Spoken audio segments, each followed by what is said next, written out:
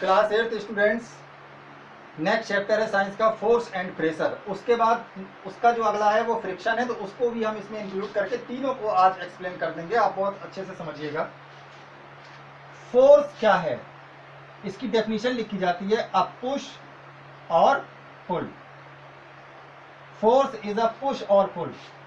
किसी को धक्का दिया आपने, फोर्स लगाया, या किसी चीज को खींचा तब भी फोर्स लगाया, तो पुल और पुश दोनों ही फोर्स कहलाते हैं। ये फोर्स एक वेक्टर क्वांटिटी है। वेक्टर क्वांटिटी का मतलब वो होता है वो चीज, वो फिजिकल क्वांटिटी जिसमें एक डायरेक्शन शामिल हो, यानी फोर्स किसी न किसी डायरेक्शन में लगाया जाता है। फोर्स के डिफरेंट टाइप्स आपको इस चैप्टर में पढ़ने को मिलेंगे, और इस चैप्टर को हमने इसलिए भी इंपॉर्टेंट समझा क्योंकि 9th क्लास में फिर से फोर्स आपको एक्सप्लेन किया जाएगा न्यूटन के लॉज के द्वारा। फोर्स क्या क्या कर सकता है, पहले तो हम ये समझे फोर्स होते कितने टाइप्स के हैं। पहले तो होता है कॉन्टैक्ट फोर्स, दूसरा होता है नॉन कॉन्टैक्ट फोर्स। कॉन्टैक्ट का मतलब मिलना, संपर्क में आना। जैसे मान लीजिए ये व्हाइट बोर्ड है, हम यहां से हाथ कर दें इसको, क्या ये अपने आप खिसक जाएगा? नहीं खिसकेगा, कोई जादुई शक्ति तो है नहीं हमारे पास। जब हम इसको अपना हाथ इसमें टच करेंगे और इसको खिसकाएंगे, पुश करेंगे, तब ये आगे की तरफ बढ़ेगा। तो यानी कांटेक्ट में आने के बाद जब फोर्स लगता है तब हम बोलते हैं कांटेक्ट फोर्स। तो कांटेक्ट फोर्स के एग्जांपल में पहला हो जाएगा मस्कुलर फोर्स, यानी हमारी शरीर की मसल्स से जो फोर्स लगता है वो कांटेक्ट फोर्स है। And the other force is friction, इसको भी इसी में शामिल करें, क्योंकि फ्रिक्शन भी तभी लगता है जब दो बॉडीज आपस में कांटेक्ट में आती है। फ्रिक्शन क्या है, पहले इसका इंट्रोडक्शन हो जाए। जैसे ही दो बॉडीज आपस में रगड़ खाती हैं ऐसे, तो जो चीज मूव कर रही, मान लीजिए ये एक सरफेस है, अगर दिख रहा हो इसमें आपको, हम कोई चीज यहाँ पर रख के, ये मार्कर रखा हुआ है, इसको हम जब इसमें पुश कर रहे हैं, खिसका रहे हैं आगे, तो ये जो सरफेस है ना, ये इसके मोशन का अपोज कर रहा है, उसको रोकने की कोशिश कर रहा है। एक ग्राउंड पे एक बॉल है, आपने इसको रोल करा दिया, ये जब लुढ़कते लुढ़कते जाएगी तो कोई इसको ना भी रोके तब भी कहीं ना कहीं जाके ये अपने आप रुक जाएगी। क्यों रुक गई?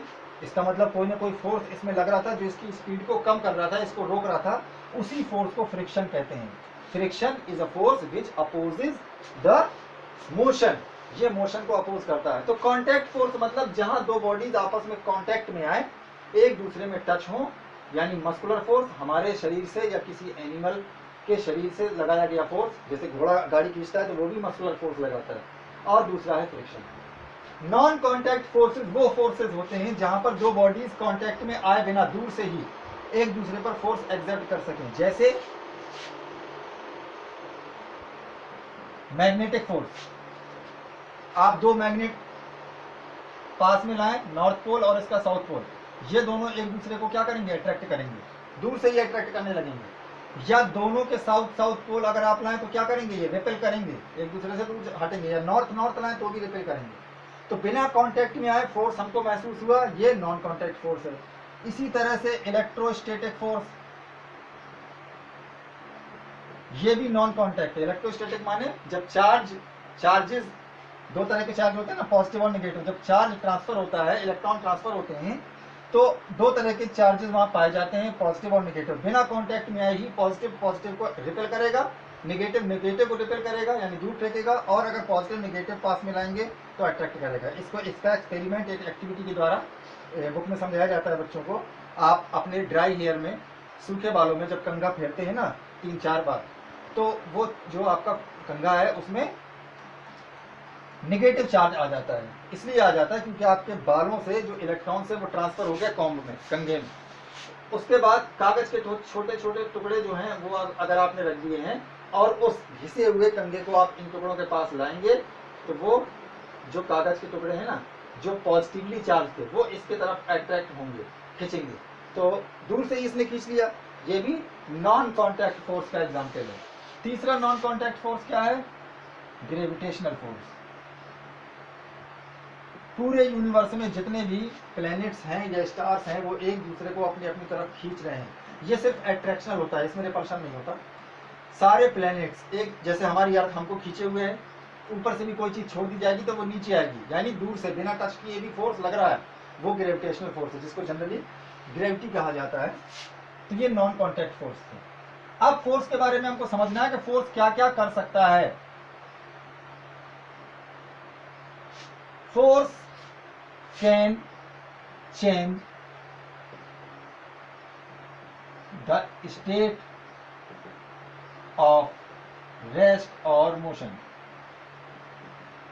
कोई चीज या तो ठहरी हुई है, रुकी हुई है, या कोई चीज क्या कर रही है, मोशन कर रही है।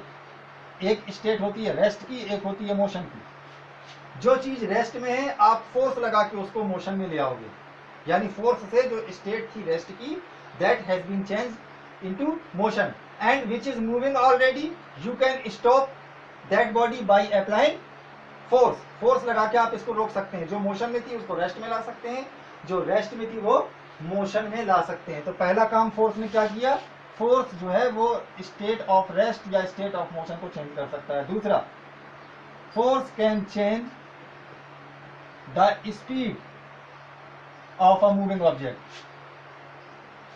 एक बॉल आपके पास आई स्लो, आपने उसमें हिट किया, वो बहुत तेजी से चली गई, या एक फुटबॉल यहाँ पर रोल करती हुई जा रही है, आप इसमें फोर्स और लगा दें तो उसकी स्पीड बढ़ भी जाएगी। या कोई चीज बहुत तेज आ रही है, कार बहुत तेज चल रही है, आपने ब्रेक अप्लाई किया तो उसकी स्पीड जाहिर सी बात है घटेगी। तो फोर्स लगा के स्पीड घटाई भी जा सकती है और बढ़ाई भी जा सकती है। Next, force can change the direction of an object. Direction भी चेंज करता है कौन, फोर्स। वो भी क्रिकेट में ही आप एग्जांपल देख लीजिए। बॉल आपकी तरफ आई, आपने बैट से यहां हिट किया उसको, उसकी डायरेक्शन चेंज हो गई, इधर आ रही थी इधर, उसकी डायरेक्शन आप परपेंडिकुलर ऑफ में मारेंगे, वो भी डायरेक्शन चेंज हुई, लेफ्ट साइड मारेंगे, वो भी डायरेक्शन चेंज हुई। तो फोर्स डायरेक्शन भी चेंज करता है। चौथी चीज क्या चेंज करता है, shape and size. Shape and size, किसी भी चीज को दबा के, खींच के, तान के उसको आप छोटा कर सकते हो, बड़ा कर सकते हो, उसका आकार बदल सकते हो। आटा गूंथते टाइम कितने बार अलग अलग शेप में उसको डाला जाता है, वो भी एक एग्जांपल है जो फोर्स शेप चेंज कर सकता है। साइज, जैसे मान लीजिए बैलून है, आपने उसको फुला के बड़ा कर दिया, उसका साइज चेंज हो गया। हर जगह फोर्स लगता है। फोर्स जब लगते हैं किसी बॉडी पे, एक चीज और हम बताएंगे, 9th में भी इसकी डिटेल आप पढ़ेंगे। बैलेंस्ड फोर्स और अनबैलेंस्ड फोर्स, ये क्या है। देखिए, एक ये ठेला खड़ा हुआ है, ठेला ये वाला है जो जिसको ठिलिया बोलते हैं, 4 पहिए वाली, जो लेबर लोग जिसको झेल के ले जाते हैं कोई सामान इधर से उधर पहुंचाने के लिए। इस ठेला गाड़ी को 2 आदमी इधर से उसको पुश कर रहे हैं, ये मूव करने लगी। दोनों के इक्वल, इनके दोनों के पास ताकत बराबर है, दोनों बराबर फोर्स लगाते हैं एक साइड से, तो ये गाड़ी मूव करने लगी। ये दूसरा आदमी जिसकी ताकत इसके ही बराबर है, वो यहां से आके उतना ही फोर्स लगा दे, तो अब क्या ये गाड़ी मूव करेगी, नहीं करेगी। तो जब किसी बॉडी पे 2 या 2 से ज्यादा फोर्सेस लग रहे हो और वो बॉडी मूव ना करे, यानी वो सारे फोर्सेस एक दूसरे को कैंसिल करके बराबर 0 हो जाएं, तो उसको बैलेंस्ड फोर्स बोलते हैं, बैलेंस्ड। और अगर एक तरफ से फोर्स ज्यादा हो गया तो वो बॉडी उसी साइड मूव कर जाएगी जहां से फोर्स लग रहा है, उसके अपोजिट डायरेक्शन में। जैसे मान लीजिए ये कोई चीज रखी हुई है, आपने इसको फोर्स लगाया यहां से, तो इसका मोशन यहां को होगा। फिर यहां से एक फोर्स लगा तो ये रुकी हुई है, इधर से एक फोर्स लग गया तो अब ये इधर को मूव, क्योंकि ये दोनों फोर्स एक दूसरे को कैंसिल कर दिए। अब ये नेक्स्ट जो आया फोर्स, उसने वो इसको यहाँ को मूव करा देगा। अब यहाँ से अगर आ गया होता है एक और इसी के बराबर, तो फिर वो स्टेबल हो जाती। तो इनको बोलते हैं अनबैलेंस्ड फोर्स। जब कोई चीज मूव करती है अनइक्वल फोर्सेस से, तो उसको बोलते हैं अनबैलेंस्ड फोर्स। अब जब हम फोर्स समझ गए, फोर्स का ऐसा यूनिट है, फोर्स नापते किसमें है, न्यूटन। न्यूटन एक साइंटिस्ट थे, इन्होंने फोर्स के बारे में सबसे ज्यादा खोज की है, तो इसलिए इसका यूनिट जो है वो न्यूटन है। फोर्स का ऐसा यूनिट क्यों है, न्यूटन, न्यूटन की वजह से फोर्स को न्यूटन में नापते हैं। फोर्स के बाद जो नेक्स्ट क्वांटिटी है, फिजिकल क्वांटिटी, वो है प्रेशर। ये क्या होता है, जनरली हम लोग प्रेशर और फोर्स को एक जैसा समझते हैं बच्चे हमारे, ऐसा नहीं है। प्रेशर का एक फार्मूला दिया जाता है, फोर्स अपॉन एरिया। प्रेशर का मतलब होता है आपने कितने एरिया में कितना फोर्स एग्जर्ट किया है। कम एरिया है, इस पे आपने इतना फोर्स लगा दिया और वही फोर्स ज्यादा एरिया में लगाया, यही वाली फोर्स को टाके यहाँ, तो इसमें प्रेशर कम पड़ेगा। एग्जाम्पल देखिएगा, आप लोग जो बैग अपना लेके जाते हैं स्कूल बैग, उसकी जो बद्दी होती है जो आपके शोल्डर पे आती है, अगर वो बहुत पतली है तो आपके कंधों में दर्द होने लगता है, और अगर वो थोड़ी सी चौड़ी है तो थोड़ा सा आपको अच्छा फील होता है। ऐसा क्यों? जबकि उसका बैग का जो वजन है, जो उसका वेट है, वेट भी एक तरह का फोर्स है, याद रखिएगा। वेट किसी भी बॉडी का, हमारा या किसी भी सामान का, वो भी एक तरह का फोर्स है जो नीचे की डायरेक्शन में लग रहा है। तो आपके बैग का वेट आपके शोल्डर पे पतली वाली बद्दी में ज्यादा आपको दर्द महसूस होता है, चौड़ी वाली में कम। वो इसी वजह से है कि एरिया कम है जहां, वहां पर प्रेशर ज्यादा बढ़ जाता है। फॉर्मूले के हिसाब से एरिया अगर बढ़ेगा, एरिया अगर इंक्रीज करेगा तो प्रेशर घटेगा, एरिया अगर डिक्रीज करेगा, कम होगा, तो प्रेशर बढ़ेगा। तो यहाँ इस जो ये पट्टी है, ये जो बद्दी है बैग की, इसमें जब इसका एरिया कम हो गया तो प्रेशर क्या हो जाएगा? बढ़ जाएगा, इसलिए आपके कंधों में दर्द होता है, और ज्यादा है तो कम होगा। इसी तरह से एक पेन है, या मान लीजिए पेंसिल है जिसको आप छील चुके हैं पहले, आप इस साइड से पेंसिल का जो ये पीछे वाला हिस्सा है ना, इधर से किसी के आप हाथ की गदेली में जब या मार्कर ले लें, ऐसे ऐसे आप फोर्स लगाएंगे तो उसको नहीं लगेगा, कुछ नहीं। लेकिन अपोजिट साइड से जब पेंसिल की आप उसके यहाँ पर फोर्स लगाओगे तो उसके दर्द होगा। क्यों होगा? क्योंकि यहाँ एरिया कम है। मैंने क्या बताया था? एरिया कम होता है तो प्रेशर बढ़ता है, और एरिया ज्यादा होता है तो प्रेशर घटता है। तो ये है फोर्स और प्रेशर में difference. Pressure is the force applied per unit area. Force आपको दिया जाएगा न्यूटन में, एरिया आपको दिया जाएगा मीटर स्क्वायर या सेंटीमीटर स्क्वायर में, तो प्रेशर का यूनिट बनेगा न्यूटन पर मीटर स्क्वायर, और इसका सबसे ज्यादा चलने वाला जो यूनिट है वो पास्कल। 1 पास्कल मतलब 1 न्यूटन मीटर स्क्वायर। ये ऐसा यूनिट है इसका। किसका यूनिट है? प्रेशर का। प्रेशर को नापते हैं पास्कल में। ठीक, तो इस तरह से आप प्रेशर भी समझ गए। प्रेशर किस पे डिपेंड करता है? साइज पर।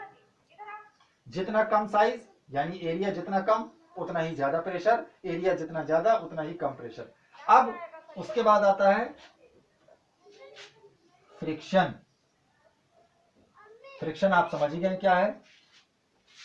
एक रफ सरफेस है, खुरदरा, और एक बिल्कुल स्मूथ सरफेस है।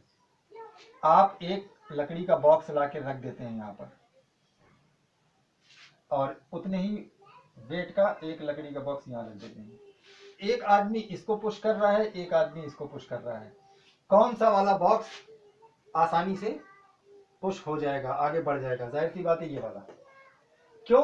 क्योंकि जब सरफेसेस स्मूथ होते हैं, बिल्कुल चिकने होते हैं, तो फ्रिक्शन वहां पर कम लगता है, और जितना ज्यादा रफ सरफेस होगा फ्रिक्शन उतना ही ज्यादा लगेगा। तो friction depends on the nature of the surface. या चाहे इस बॉडी में हो, ये इस बॉडी का अगर सरफेस रफ है तो भी फ्रिक्शन ज्यादा बढ़ जाएगा। तो फ्रिक्शन किस पे डिपेंड करता है? नेचर ऑफ सरफेस पर, यानी रफ सरफेस और स्मूथ सरफेस पर। इसी तरह से फ्रिक्शन साइज पर भी डिपेंड करता है, वो अभी फ्लूइड फ्रिक्शन में हम पढ़ेंगे। फ्रिक्शन के पहले 3 टाइप्स आपको बता दें: स्टैटिक फ्रिक्शन, स्लाइडिंग फ्रिक्शन और रोलिंग फ्रिक्शन। देखिए, अब इस वाले फिगर को ही देखना है सिर्फ इसको। ये बॉक्स बहुत भारी है, जब तक ये एक टेबल पर रखा हुआ है, समझिएगा ध्यान से, ये बॉक्स एक टेबल पर रखा हुआ है। आप इसको फोर्स लगाते हैं, यहां से काफी देर तक फोर्स लगाते हैं, ये अपनी जगह से मूव नहीं करता। वजह कि इसका जो वेट था वो भी एक फोर्स है। ये जो सरफेस है, ये सरफेस, ये इस पर पहले से ही फ्रिक्शन लगाए हुए है। ये फ्रिक्शन ज्यादा था, और आपके द्वारा लगाए, फ्रिक्शन भी एक फोर्स है ना, ये फ्रिक्शन ज्यादा था जो उसके मोशन का अपोज कर रहा था, अपोजिट डायरेक्शन में। ये फ्रिक्शन, यहां पर जो फ्रिक्शन है वो इस बॉक्स को आगे खिसकने नहीं दे रहा था। लेकिन जब आपने फोर्स थोड़ा और बढ़ाया, यानी इस हद तक बढ़ा दिया कि फ्रिक्शन से ज्यादा हो जाए आपका फोर्स, आपने जो फोर्स लगा, the force applied by you is greater than the friction, तब ये मूव कर जाएगा, ये बॉक्स मूव कर जाएगा। तो देखिए जब तक वो नहीं मूव कर रहा था, यानी फ्रिक्शन इस आपके वाले फोर्स को, फ्रिक्शन वाला फोर्स आपके द्वारा लगाया गया फोर्स पे भारी पड़ रहा था, तो उसको स्टैटिक फ्रिक्शन बोलते हैं। जैसे ही ये मूव करना शुरू हुआ, आपका फोर्स बढ़ा, तो भी फ्रिक्शन खत्म नहीं हुआ, फ्रिक्शन तब भी लग रहा है, क्योंकि आपने उस अपना फोर्स कम किया, वो अपने आप फिर रुक जाएगा ये जो मूव कर रहा था। तो उसको बोलते हैं स्लाइडिंग फ्रिक्शन, यानी जब स्लाइड करने लगी बॉडी, तब जो फ्रिक्शन लग रहा था वो स्लाइडिंग फ्रिक्शन है। अच्छा अब देखिए, एक टेबल है, उसके ऊपर एक बुक है रखी हुई है, बुक टेबल के ऊपर रखी हुई है, इसमें टच है, आपने हल्का सा अपनी फिंगर से इसको पुश किया बुक को, ये बिल्कुल भी स्लाइड नहीं हुई, बिल्कुल भी नहीं खिसकी। फिर से समझिए, बुक है, करीब इसका वेट होगा मान लीजिए 1/2 kg, आधा किलो की एक किताब है जो टेबल पे रखी हुई है, टेबल बिल्कुल स्मूथ है, आप उंगली से अपनी हल्का सा पुश करते हैं इसको, ये खिसकती नहीं है अपनी जगह से। अच्छा, किसी ने आपको बताया कि आप 2 पेंसिल ले लीजिए, पेंसिल उनको ऐसे रख दीजिए, दोनों पेंसिल को टेबल पे, अब उन पेंसिल के ऊपर उसी बुक को फिर वापस रख दीजिए जिसका मास 1/2 kg था। अब उतनी ही ताकत फिर से लगाइए उंगली से जितनी आपने पहली बार में लगाई थी, हल्का सा आप पुश करेंगे, ये आगे खिसक जाएगी। तो इस एक्सपेरिमेंट से हमको ये समझ में आया कि जब कोई पहिए जैसी राउंड शेप की कोई चीज नीचे होती है तो आसानी से वो खिसकती है कम फोर्स लगाने पर भी, उसको बोलते हैं रोलिंग फ्रिक्शन।